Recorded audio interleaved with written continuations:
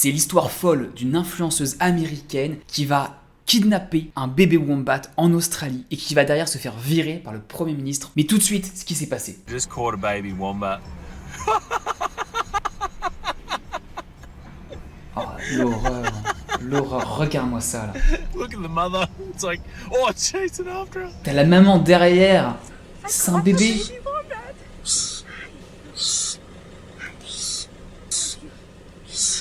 Le bruit qu'il fait. Okay, Mama's right there, and she is pissed. Let's let him go. No, he's right. All right, let's let him go. Come here, Mama. Come here.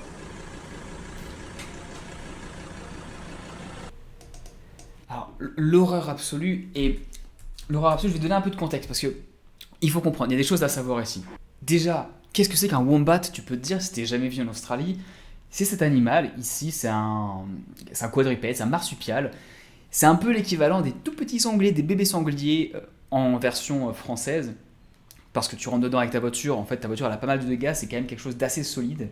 Là t'as vu un bébé, mais les mamans elles peuvent faire jusqu'à 1 mètre. C'est pas dangereux pour l'homme. Après, si tu vas commencer à attaquer un wombat, il a quand même des petites claws, et il a des griffes, il peut te faire mal. Mais de base ça attaque pas l'humain. Et cette influenceuse c'est qui?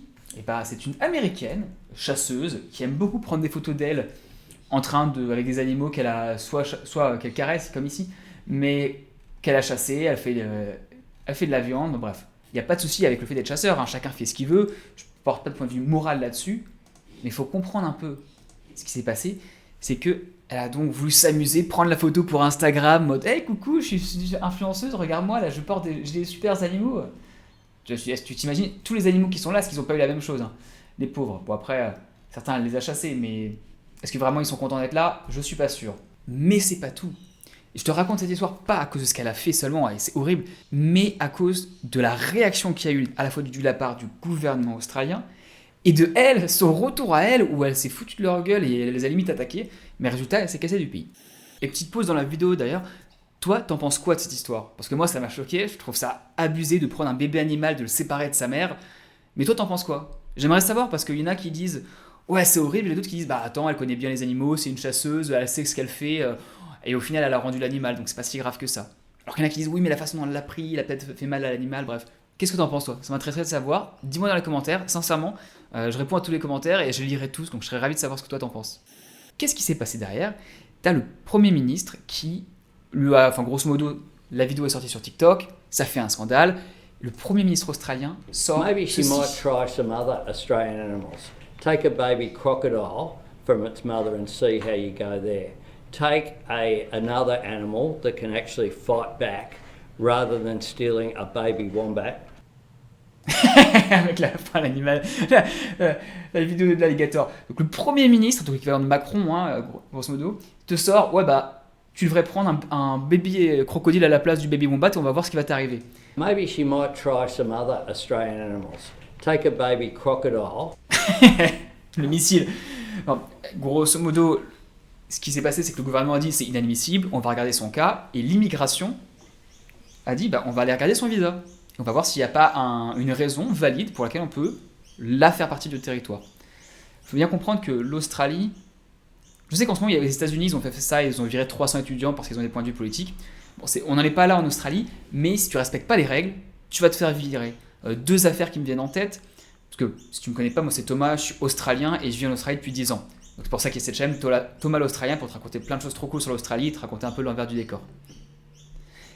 Et ça me rappelle donc 2 histoires. La première, c'est 2 Français qui ont mis le feu à un coca sur l'île de Perth, donc un animal qui ne peut pas se défendre. Bon, pareil, ils se sont fait virer.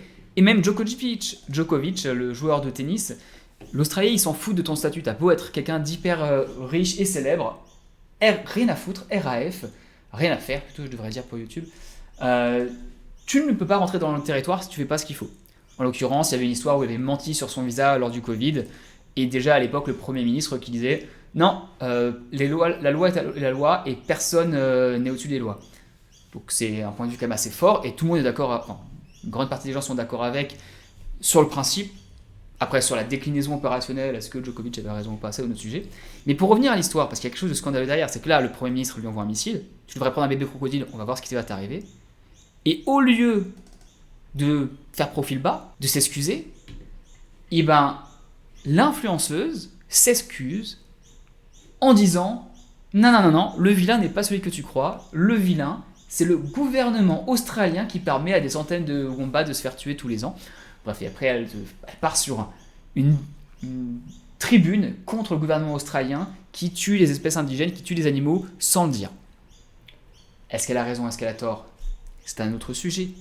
Mais elle est en Australie, tu t'attaques au gouvernement, tu es sur un visa temporaire, c'est pas ta place ici, malheureusement, surtout quand tu as fait quelque chose qui est absolument pas acceptable à côté, c'est qu'elle a pris le bébé wombat. Et je vais juste te montrer un extrait de la vidéo. The same government that is calling for my head is the one that spends millions of your tax dollars to mass slaughter native Australian animals. Donc il y a eu un backlash énorme, il y a eu une levée de bouclier énorme, et elle a pris la décision de partir du territoire d'elle-même, ce qui valait peut-être mieux le coup, parce que lorsqu'on te chope ici et que tu n'as pas le bon visa et qu'on te fait partir, c'est à tes frais. Et c'est comme, je sais qu'en France, il y a les OQTF, c'est ça, les obligations de quitter le territoire. Bon, ici, on te chope avec l'équivalent australien, on te prend, on t'amène dans une prison, soit tu as l'argent, on te fait payer ton billet d'avion et tu décolles le jour même, soit tu n'as pas l'argent, on te fait faire des travaux pour que tu puisses récupérer l'argent via le travail que tu fais pour la communauté, tu restes en prison, on t'envoie, met devant l'avion et on te fait partir. Pas de jugement politique, je vous dis juste comment ça se passe ici, et surtout pour toi, si tu viens en Australie, faut pas faire le malin avec les forces de l'ordre, c'est pas la même chose ici. Ou bien si tu veux le faire, fais-le, mais je t'aurais prévenu.